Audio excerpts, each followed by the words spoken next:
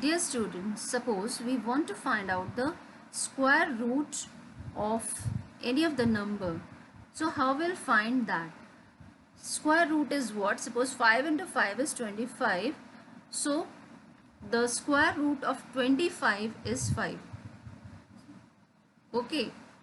Any of the number when multiplied twice, as a result, that is the square. Suppose 3 3s are 9. So 9, it is the square, and when we'll say square root, 3 is its square root. So to find out the square root, first of all we'll go to formula, we'll go to insert function. From here, search for a function. In this insert box, dialog box will appear, in which we will type search function name sqrt. We'll click on go. We'll get select a function. We'll get the function name here. We have already selected this. It is already selected over here. Now we can click on OK to get this function. So on our screen, in our selected cell, active cell E6, this function is appearing, and we are having one more dialog box where we can enter the number for which we have to find out the square root. So sqrt number 25. So for the number 25, we are having the square root as 5, as it is showing here as result. Also returns the square root of a number is 5. Number is the number for which you want to find the square root. So when we'll click on OK, we'll get the result as 5.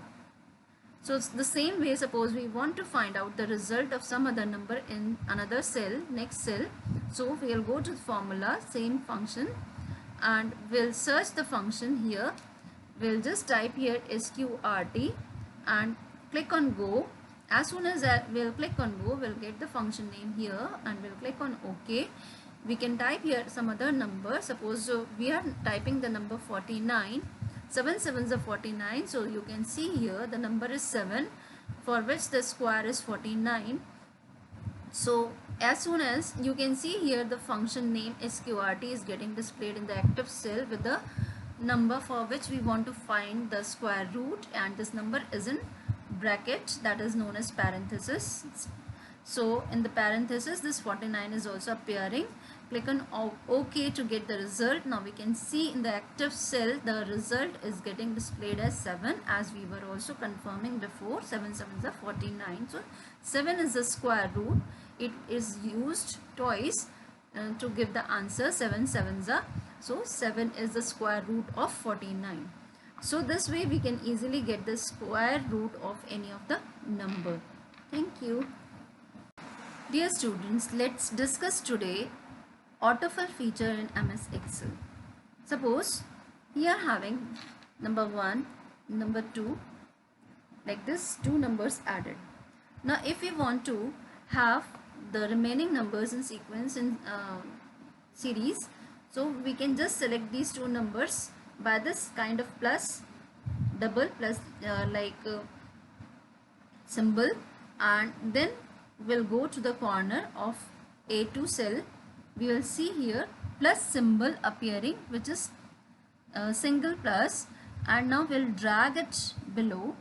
We can see that now the sequential numbers are displayed by itself. The same way, if we want to have the month's name displayed by itself, so we can just type the first name of the month, and we can display the series of all the months like this. Itself it will be displayed. We don't have to type. So this way we can get the month's names, and this is known as autofill feature.